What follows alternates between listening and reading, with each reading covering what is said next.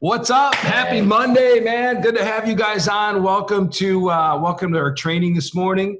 100K in 90 days. If you can wrap your brain around that, it's very feasible. I don't care what market you're in. And I hope you all had a wonderful weekend. And I know my Dallas Cowboys lost, fell short last night, but you win some, you lose some. And my Dolphins are 0-4, so it could always Miami be Dolphins, worse. I'm really sorry to hear that. So good to have you guys on. You know, as I was thinking about our session this morning, I like to start with small stories because I think that's the best way to learn. But, you know, I was thinking about real estate, and I used my wife as an example last week because she's somebody that never sold before that has asked me to help mold her into becoming a successful real estate agent, you know, and it's just an awesome project for me. Number one, because she's my wife, but number two is because if I can help take these strategies and concepts and with somebody who's never sold before and help her to become highly successful quick in real estate, you know, it's just a great testament. And, you know, she's been doing CE credits, and she did a 3-day one last week. And she's learning so much, right? She's reading so much, digesting so much. Her mind is buried in all these strategies, ideas, real estate related, specific real estate related stuff like contracts and compliance and, you know, all the rules and so on and so forth, that her brain is just, you know, just completely been fire hosed, you know. And she said, you know, Pat, you know, as we were laying in bed on Saturday night, she goes, if you were to tell me, you know, just the one thing I should really zero in on that'll convert to dollars, what is it? And I said, that is a very, very easy answer. I said, it's truly practicing your words. And guys, if you're listening right now, if I can share with you that there's one thing that moves the needle, because her brain wanted to go to, you know, ready, aim, aim, aim, aim, aim, aim, aim, aim, aim, aim, aim, aim, aim. And I'm like, fire, you know, fire, go, fail, man, fail, get rejected, get some no's, you know. So she got up and went out in the neighborhood, got a clipboard, went to every single house in our neighborhood and introduced herself and told her she wanted to get a directory put together for the neighbors and, you know, make Alden Glen great again. And she gathered all that information and just had conversations with everybody in our neighborhood, with the stroller, with the baby in it, right? And it was step one. She didn't have a business card. She didn't say, hi, I'm a real estate agent, put their walls up. She just said, how you doing? My name is Chelsea. I live at, you know, 3 Alden Glen, and I just want to introduce myself, let you know that I'm putting together a directory for all the neighbors. So we have invites, alerts, you know, we had somebody stole a piece of furniture off somebody's porch last week. And that was step one, build rapport. What is the sales process? Build rapport, qualify, present, close, and handle objections. And she'll look at that farming and say, it may take her a few months within our neighborhood to really effectively build rapport and qualify out. When she has the conversations at parties and gatherings, you know, where you at, how long you've been there, what's your game plan? And she'll kind of look and see who's a good prospect and mark off, you know, who's really going to stay for a while, who would be considered somebody as a good prospect that might leave and want to sell. And then she'll come right back in and have her little elevator pitch and say, listen, my goal is to maintain the value of our entire neighborhood. Nobody cares more about that than me, being that I live in this neighborhood. I am a professional real estate agent. If you're ever interested in selling and you just simply want advice or counsel on your property, please have me be the first person you call. I know you have your choice of real estate agents, but I'd be more than happy to entertain just doing the due diligence and work for you. And if I can help you out, great. So, you know, guys, it always comes down to that, you know, and sometimes we get buried so much in technology and shiny balls and making sure this, that, and the other thing's going on. But at the end of the day, if you have a list of people to call and you have words, you're going to make a lot of money. You know, and today we're going to talk about buyer scripts, you know, how to convert buyer leads. You know, by the way, this is John Lehman. I know some of you saw him last week. I have to say hi to anybody. Ronald is on. The camera's in the way, so I can't see everybody that's on. Glenn's on. Welcome, Glenn. Good to have you guys. Happy Monday. And the fact that you're on a Monday morning, man, it's like Monday morning is momentum building day. You know, everybody's, oh my God, so many people come into Monday and they're like, you know what, I'm so tired. Or you maybe had a few cocktails on Sunday because it was football was playing. It was a beautiful fall day. Or, you know, that people generally don't get started on Monday mornings and just come out of the gate with a cannon, you know. And this is momentum building day. So kudos to you if you got up this morning, you're watching this thing, and you're ready to learn. I think that's awesome. But again, I've interviewed and trained a lot of highly, highly successful real estate agents over my 18-year career as a coach in the industry. And the common thread is reps, practice, reps. Not until we get it right, but until we cannot get it wrong. So, the scripts are always simple, but if you don't have them locked in, they can't be delivered with such a degree of confidence and articulation where it really draws and compels people towards you. So we're going to cover buyer scripts. Excuse me, still battling a little bit, but almost over this nasty whatever I had last week or the week before. But let's cover buyer scripts. So Claire, a couple things regarding buyers, and I'm going to role play with Jonathan this morning. The rules, okay, when we look at rules of working with buyers. Number one, if you want to bring that up, Claire, I don't think, when it comes to voicemail, I never certainly don't leave lengthy voicemails. Right. Something like a big mistake people do is like, hi, John, this is Pat Fenton giving you a call with Coldwell Banker. I noticed you were looking for properties online. I am been doing this for 20 years. And I'd love to have a conversation with you. Right? Yeah. In a voicemail. And like, and they're just like, what? Yeah. Yeah. People have 3 seconds today, right? To listen to voicemail. It's real quick. It's, hey, John, Pat Fenton giving you a call. I noticed you were looking, it's 125 Smith Road. A couple things I wanted to enlighten you on regarding that property. If you give me a quick call when you get a chance, I'd appreciate it. My number is 585 bum bum bum bum bum bum. Right. Number one rule is to get the appointment. Don't oversell and over talk. Right. Don't go on these long dissertations. Just be real clear, concise, to the point, and build some rapport throughout. If your pipeline is light, certainly don't over qualify on the phone. Just book the appointment, go see them. And if your pipeline is full and you're really, really busy, I would actually spend the time to qualify them out and ask some of the tougher questions before you go out and see them. Lock them down. When you go meet with a buyer, you have to sign a buyer's agreement. That's a very simple thing. I think for majority of the people watching, you understand that because going to work and have them choose somebody else and just wasting your time completely. You have to look at this as $1 per hour and educate the buyer to say, listen, John, that's once you qualify them, when you get face to face with them and you qualify out their needs, you let them know you have technology, you're going to plug that in, that you're going to go to work for them. And you're going to spend several hours scouring on a daily basis and setting up the right alerts and reminders, and looking for people that are, haven't even listed their home, and networking and so forth. That you simply tell them how I get paid, obviously, is at the very end.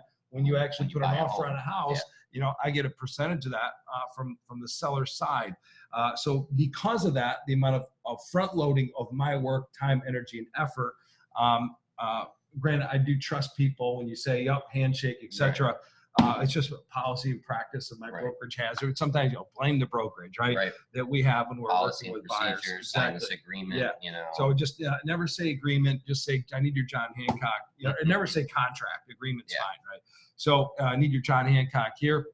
Initials here. Just stating that you're comfortable with me working on your behalf as a real estate agent, and that's something you've already asked them going before that. So why is this converting buyers so important? If you're spending money on Zillow and you're spending money on lead aggregation, oh my goodness, you better be really, really good at converting buyers. I can't tell you how many agents I've seen that don't convert these leads. Yeah. And they pay for thousands and thousands of leads a month. And what would you say the biggest challenge is, in terms of their conversion? Well, a lot of times, like you said, it's overqualifying on the phone, or even the ones that aren't qualified, they're not nurturing them and putting them in a pipeline and getting them ready. If they're 8 to 12 months down the road, they're forgetting to follow up with them. Yeah. They're forgetting to send them marketing material every month to stay in touch. And then those leads end up going to their competition. Yeah, absolutely. So follow up is a big part of that. Most people, they give it one shot and they didn't get a good vibe and they just discount that. When, hey, if you look at cold, they're strangers. They don't know you. So cold leads, it's like you can be really good on the phone, but you're a stranger to them. So we have to go through that courting process with them, and that's why the qualified questions are so important, because it shows, hey, this person's an expert. They're asking some really good questions. They know what they're talking about. And then peppering in, obviously using your UVPs, how are you different? You want to slide a couple things like that in on the call if you have to, right? I said if you have to. Number one thing is if they just agree to meet with you, yep, okay, let's get together, then boom, go meet them and save your UVPs for the meeting. So let's go over the first one, Claire. If you can scroll down a little bit, John, I'll have you role play with me because you do this all day long. And by the way, it's Monday morning. We're gonna go up after you're done with this. I'm assuming you guys go up and practice before you hit the phones. Yes. Yeah, we're gonna be doing the same thing, going over and role playing these scripts, and then I'm gonna be on the phones calling buyers all day today. Is that right? Awesome. So let's go over. A lot of you do property search. People utilize your property search functionality on your using your website's property search capabilities, whether it was through a Facebook ad or if you're using us in our property search campaigns or Boomtown or whomever else. If you're getting a lot of leads that are coming in, first thing you got to do is, you got to call them within 5 minutes. So if you get a lead off these ads, the number one thing, it improves your likelihood of working with them 33% if you call them within the first 5 minutes. So I'll be the consumer. I'd spend some time. Now, I will preface this with, I was on the phone with a coaching client last week on a one-on-one call, and she said, well, I saw that they were only on my property search, on my property search site for only about 15 seconds. So, do I call them, Pat? I'm like, yeah, because they could have been on yours for 13 seconds, and then Zillow's for an hour, Realtor.com for 3 hours after that. Never, ever make assumptions as you're looking at your prospecting list. Just run the numbers and run this by everybody. So that's another rule I should have put in there. So I'll be the consumer, and we'll talk about converting a property search lead. Simple as this may sound, I want you to pay attention not to the words, more or less how he's actually saying them. So let's roll. So hi, is this Pat? Yes. Oh, great, Pat. This is John. Just giving you a brief call for Keller Williams here. I was reaching out in regards to your online inquiry about properties in this area. Did you ever end up finding one, or were you still looking around at all? No, no, we're still looking around. We were in the early phases, so we're just kind of testing the waters. Okay. Is this your first time buying a home? No, we bought a home before. Yeah. Okay. Very cool. Okay. So you guys are just kind of browsing right now, making sure you find the right property. Are you currently contracted with an agent to help you find a property, or? No, again, and your name is again? My name's John. John, we are, again, like we're in the early phase. We're just kicking the tires around because we had a job promotion, and my wife feels a little stuffed in our house. Wants a bigger bathroom, all this stuff. I'm fine with it, but she is. David, happy wife, happy life. Right? Absolutely, yeah, absolutely. So we're just toying around the idea of potentially moving. Nice. Okay, so I take it if you did find the right home, that fit you and your wife's needs, that you'd be selling your current home too. Yeah, again, potentially if it was if it was the right home. Right. We're not going to just we don't have a high degree of urgency. We're absolutely fine where we're at, but if something came along that you both really liked and it would make sense to make the upgrade. Yep. Okay. Very cool. And what would be a comfortable price range that you guys would be looking in? Probably in the $400,000 range. Okay. And then I know you said you're going to be upsizing. Where do you currently at, and what would you like to get to as far as bedrooms, bathroom square footage? Yeah, so we have a 3-bedroom, 2.5 bath right now. Our house is 2,500 square feet. We're looking for approximately a 3,500 square foot house with 4 bedrooms. Okay. Yeah, and preferably a pool. If there's a pool, because I don't want to put 60 grand into cash into a home that doesn't have a pool. I'd rather get it on the buy. Okay, so I take it you have a pretty hefty down payment there, and if you had a pool, that would just make it all the more worthwhile. Yeah. Okay. And are you already pre-approved for a loan? Like if you did find this property, or do you have any lenders? We're so early. So early. Yeah, we're no. Okay. Well, Pat, honestly, at this point, what I'd like to do is just go ahead and do some research for you. Try to look for some properties that might fit what you and your wife are looking for. In this area at your price point and to the upgraded standards that you're looking for. In order to set up that search, though, I would want to get a little bit more information between you and your wife. I know I'm going to be in the neighborhood tomorrow, unless Friday would work better. Yeah. So again, I don't know if we're really ready to, we'll look on our own. I think for now, John, if we get anything, we'll give you a call back. No, I totally understand that, Pat. But, the buying process is a little bit longer of a process, especially if you're going to be selling your home. we want to make sure that you're prepared for that. Because I mean, if the right property came on the market next month and you and your wife were in love with it, you would want to have all the information in front of you to get your house on the market, get in an offer, and be set, right? Yes. Okay. Why don't I just come out for 15 minutes tomorrow, talk with you guys, at least introduce myself properly, give you a little bit of information on myself, and then at least let you know what I could sell your house for when the time is right. So would tomorrow at 5 work, or would 6 be better? All right, good job. So as you go through that, it just kept, he took the objection and addressed it. I understand, again, sympathize or empathy, show empathy. I understand, completely agree. However, or at this point, you'll see that in our scripting at this point, or however, right? So another way of wording that might, again, you can use personality, style, and words, your own, but you know, again, my style is a little bit different than yours, but follow the process. So I may have said, John, completely understand where you're looking at for what it is you want to do. Sometimes you just find that diamond in the rough, you know, in many cases, you'll find what you're looking for before it actually hits the market. And that's what I'm really, really good at, is networking and finding really good deals. If I just spent 15 minutes with you, we grabbed a quick cup of coffee and I really understood what point A and point B looks for you. I can plug into certain things and I get some really, really powerful technology and my networking capabilities to begin to look for you guys. And if something great comes up, I'm going to show you. And you want to be ready. Something comes up that it's not even on the market, and you want to get tipped off on that. That helps me to help you. Does that make sense? Yeah. And in many cases, you can save a lot of money doing it that way. Oh yeah. Yeah. So why don't we hook up? Let's grab 15 minutes. Grab a cup of coffee. And I'm talking as if he would hear from me or the other, like, that sounds like a guy I would want to grab a beer with. Yeah. You know? Oh yeah. That sounds like just a really comfortable, you know, and he made sense of what he said, you know. And the more relaxed you are, I always say emotions are transferable.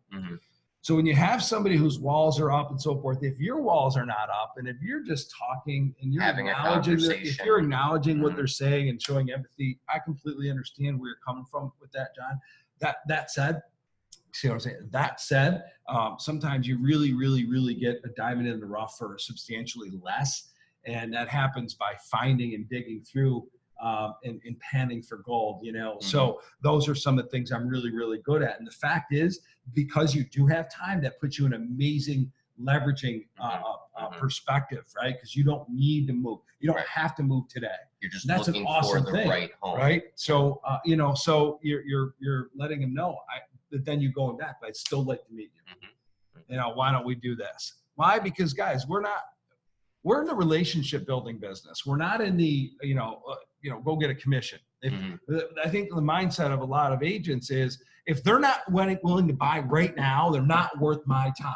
Yeah. Right. And the fact of the matter That's is, the biggest the problem. more relationships you build with human beings, the more money you're going to make. And as long as you add value and you have empathy and you show care and concern, and you really do care about people. So let's scroll down just a little bit, Clara. And to what you said, Pat, when I'm prospecting for the agents upstairs, you know, that's the one thing that I teach them when they go through the onboarding and launch processes. I'm going to be qualifying these people out and putting them in your sales funnel, and we're moving them slowly along. If they're 8 to 12 months out, I'm still following up by phone, but in the notes, this is what you need to do to follow up with these people as well. Because the more touches you get on those leads, by the time they're ready to buy, they've heard from you 8 to 12 times, they're probably going to buy with you. Yeah, absolutely. Absolutely. By the way, if you're getting the Zillow lead, a call, and you're getting forwarded that lead from them, and you make a call, you know, I see that you're interested in 125 Smith Road property. And your name again? Oh, my name is Pat Fenton. Who are you with? Oh no, I just called the agent that's listing the home. It's a different name. Completely understand. And you know, John, the way I can very best explain that is if there were a divorce, you certainly wouldn't want to use the spouse's, you know, attorney, correct? Or if you were getting sued, you wouldn't want to use the defendant's attorney, would you? No, that's how this really worked, because the seller's attorney is actually paid to negotiate on the behalf of the home seller and to get the highest possible price. The reason why I'm reaching out to you is because every person that purchases real estate needs and should have a real estate agent on their end negotiating the opposite way. Does that make sense? That's called a tie down. Does that make sense? Yes. Great. why don't we, would you like to take a look at that particular property, or does that fit your criteria? Help me understand what point A looks like for you. And I talk to you guys about that, point A and point B. I use those words on all sales calls, and I teach people, what does point A look for you? What is point B? You know, I talked about the qualify. So awesome. So let's go to another, let's see. What do we got? The next script. My glasses are, let's scroll down. Okay, referrals are very simple. You know, hey, John, you and I haven't met. We have a mutual friend, Pete Smith, who suggested I give you a call. He said you were looking to find a home. I'm a real estate agent with RE/MAX here in town, and did Shirley reach out and tell you I was going to be giving you a call? No? Okay, yeah. Well, not a big deal. So, you know, yeah, she told me you were empty nesters and you were looking to purchase a home. How far along in the buying process are you, right? You just have, guys, this is a piece of cake, as you know. All right, great. Are you pre-qualified now, that, or is that something I can help you out with? So if they say, no, I'm not pre-qualified, well, listen, I'm big on team, right?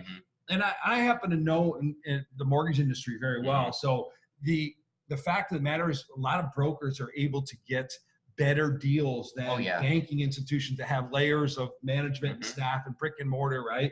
So right now it kind of is a broker. So when you look at serving and helping, as long as they deliver service value and you know, but they can really be competitive with their interest rates. I always say you don't have to be the cheapest, but you got to be within a quarter of a point from the next person. I would tell people, like, before you do anything, I'd really like to have you call my loan originator, Jerry Freight.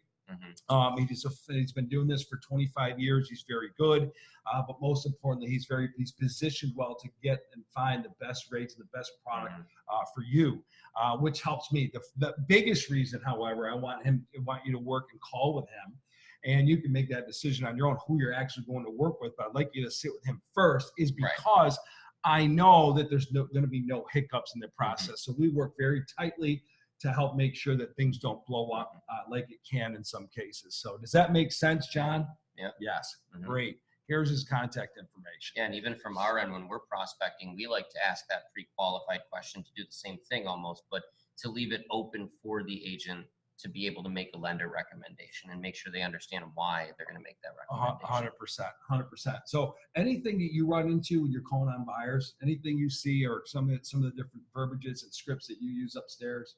Yeah, I mean, you know, a lot of times you get the buyers that are just window shopping at first. You know, those ones you want to qualify as much as you can, but realistically, they're just going to end up on like a long-term follow-up campaign. I usually recommend drip emails and then a phone call every 2 to 3 months. Even if they say they're 6 months out, you want to split that time in half, because they might make a decision or might have something change in their life at that point. And then the obvious soft objection of, hey, I'm at work, why don't you call me after 4:30? And the biggest thing where people fail is doing the follow-up, calling at that time. Yeah. You know, if they don't answer at 4:30, they're giving up on the lead. Right. Call them again at 5. Yeah. Call them at 5:45 if you have the time. Yeah. You know, these are people that have heard from you once. Now they're asking you to call them again.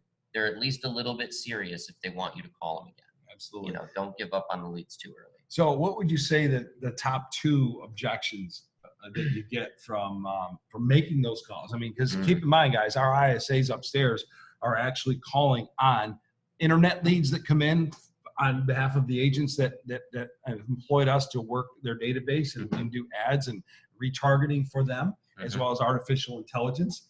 And so we're actually, some agents prefer that we make those calls, right? So there's a wealth of information. We've closed over $1 billion of real estate through our ISAs over the last 3 years. So you guys have been very effective at converting, but what are some of the big objections that you get? I'd say the 2 biggest objections would have to be that they were reaching out to the listing agent, you know, thinking, like you said, that that's the smart move. And then just going through the process of explaining why they don't want to work with the same agent as the seller. And then the other big objection would be that they're just not ready to talk about anything yet. They just don't feel comfortable talking about what they want in a home, because they don't really know 100% of what they want. And the biggest thing with that objection is to guide them towards some basic answers. You know, they might be able to tell you a rough price range. They might be able to tell you a rough bed and bath count. And then you can at least tell them that you're going to set them up on an email search and send them properties to look at, so that then you can narrow in on what they're looking for. But I'd have to say those are the two biggest ones. Which one do you want to role play first?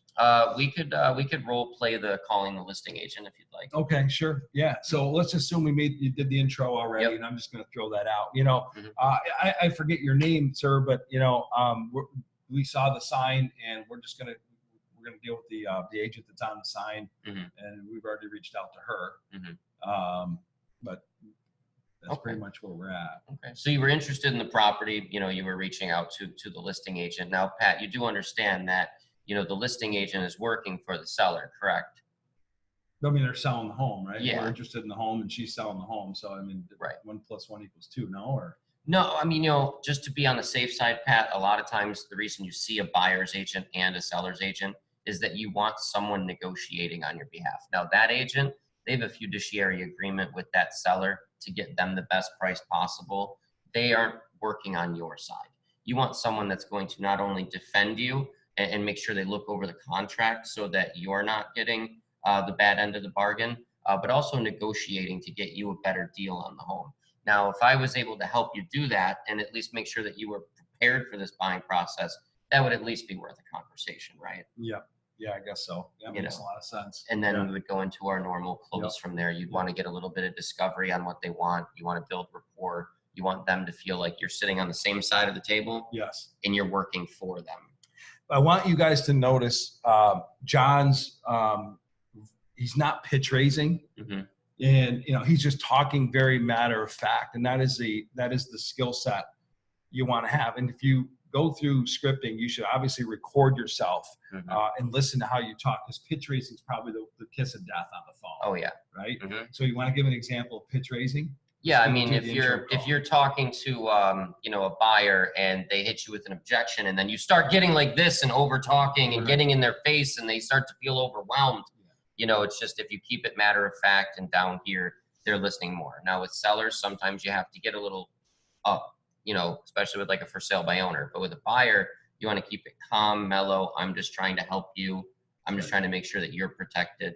It makes them feel more comfortable and their walls come down. So a little John, would you faster. say that over the thousands and thousands of calls you make, calling consumers to book appointments for real estate agents, that sometimes the person on the other end of the phone, they will get, you know, they'll go real high or get really short, but Mhm. would you say that you were able to, because you're controlling the pace of how Mhm. you're talking, do they kind of come in line with your pace? Yeah, you know, I mean, it depends on the point in the conversation. If you guys are both, if you've built enough rapport where you're both talking about something fun and innocent and you're laughing, and, you know, then the pitch does get off, but then you got to slowly bring them back in. Like, okay, we were doing this, but let's get back to, you know, seriousness Yeah. now. Let's set the appointment. Let's find a time to talk. And then they come down with you, and then it's an easier sell, an easier close, Yep. because they've been with you on that ride throughout the whole call. Right. So I think you'll notice too that you'll have that first intro. Mhm. They'll give that knee jerk Oh, yeah. objection, Almost and then, all the time. and then you kind of ignore the knee jerk, right? Mhm. You Oh know, yeah, you just toss it aside. Knee jerk, soft objections. You just, oh yeah, that's great. You know, boom. But what I'd like to do is, Mhm. you know, at this point, what I'd like to do is, right. So we're going to wrap up in a few minutes, but these are really important things. It's not Mhm. like my mentor Greg used to always say, taught me how to be a public speaker. It's not the words, Mhm. it's the delivery. Now the words have to be good. They've got to develop the right psychology, and they've got to be sales best practice, build rapport, qualify. Mhm. But when you're dealing with cold leads, you're not going to get on the phone and just start building rapport for Oh, 5 no. minutes. You have to get to the point. But to Mhm. your point, Mhm. sometimes after a few questions, it leads to rapport building. Right. That's where it belongs when you're converting cold leads, Mhm. guys. You have to build rapport, but you got to get to the point, Mhm. ask the questions, you know, first seek to understand and then seek to be Mhm. understood. But Mhm. then if you go off track and you start building rapport, what we're saying to you is You have to get there them has back. to be a track, and Yeah. you got to get them back on that track. That Mhm. happens in my seminars and Mhm. events. We'll have breakouts, we'll laugh, I'll tell a little side story so that I Mhm. know right where I'm Mhm. supposed to be, paragraph in the script Exactly, on when that, you're and going to take them jump right back down in. the chute. Yep. Yep. That's the biggest thing we teach upstairs with scripting, is that, you know, your script is a guide. Mhm. It's not the entire conversation. If at some point in the conversation you start to go off track, in your building report, that's great. You want that. We call that discovery. Yeah. And when you do your discovery, then you just have to reel them back into the script and get to the point and then close. Which you could never do unless you've Mhm. internalized the script. Exactly. That's the biggest point, which Mhm. you could never do unless you've internalized that script. Unless you own it, there's no way of kind of having it be perform art for you, which you're going Mhm. off and then coming back on. Mhm. If you're just reading from, if you have this right here and you're reading and you go Mhm. off this track, you can't just go like, okay, where am I supposed to be right now? So you have to own your words, and that's the biggest thing. And that's where I started, and that's where we're going to finish off today. Mhm. Practice, repetition, practice, repetition, not until you get it right, till you can't get it wrong. Internalize the Yep. script, make it second nature to you, and then you'll sound so much more confident on the phone. Yep. Even that split second where you have to read for an objection, Yeah. they can hear that in the call. 100%. Mhm. So, and I think that's one of the things I was talking to my wife about even this morning. I'm like, at some point in time, you just got to practice your words and execute the words. Mhm. Grab Yep. your list and hit that list. Don't aim, Mhm. aim, right? Pull that trigger. So what are we going to ask of you guys to do today? 100K in 90 days, right? We always say, start with your past clients, people that you know, your sphere of influence, get them on the phone first, talk to them, add value in their lives. We talked about that last week, how to do that, what to say, how often to say, what that communication schematic should look like. And then dive into those other areas in your marketing plan. Do you want to go after FSBOs expires? Do you want to go farming, right? Do what my wife did, go into a neighborhood, start knocking on doors, introduce yourself if your farming is something you want to do. Or if you're really into marketing, if you're using our AI product, right? Artificial intelligence, if you're doing Facebook ads, Facebook retargeting, when those leads happen, when somebody enters information, you have got to make sure you call them right away and have that script ready to go. So practice, reps. Go out there, get in front of people. Money is not made. 9 to 12, again, if you take care of the mornings, the afternoons will always take care of themselves. If you need to build momentum in your business, block out 9 to noon and hammer the phones like with such a degree of passion. Stand up, get emotionally involved, whatever gets your brain at that peak state of mind, which is, for me, it's exercising, cup of water, cup of coffee, and listening to some music that really fires me up. That's what I want to do before I hit the phone. Maybe it's listening to a podcast, a motivational speech, or looking at your goals, looking at your baby's pictures. You're like, I'm not going to fail them. I'm going to make sure that we can go to Disney, that we can have the things we want, that we can live the lifestyle. And in order to have those things, I know it's directly tied to the telephone. Period. What you do on the phone and what you do in person is as much of a technology world we live in today. It still boils down to what made a real estate agent successful 40, 50 years ago. That has not changed. The conduits of how they get there have, but the fundamentals of conversion have never changed, right? And I don't think in our lifetime they will, John. So thanks for coming in today. Of course, Appreciate it. Signing out. Have an awesome Monday. Have a great week. Look forward to talking with you guys tomorrow, where we'll talk about converting sellers. Have a great day, guys. Peace.